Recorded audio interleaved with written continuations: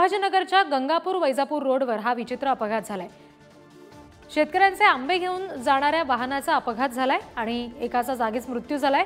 एक जण गंभीर जखमी आहे। या अपघातानंतर आंबे रस्त्यावर पडले आणि वाहतूक विस्कळीत झाली आहे। शेतकऱ्याचं मोठं आर्थिक नुकसान याच्यामध्ये झालंय। प्रतिनिधी नितीन थोरात यांच्याकडून अपडेट्स घेऊया।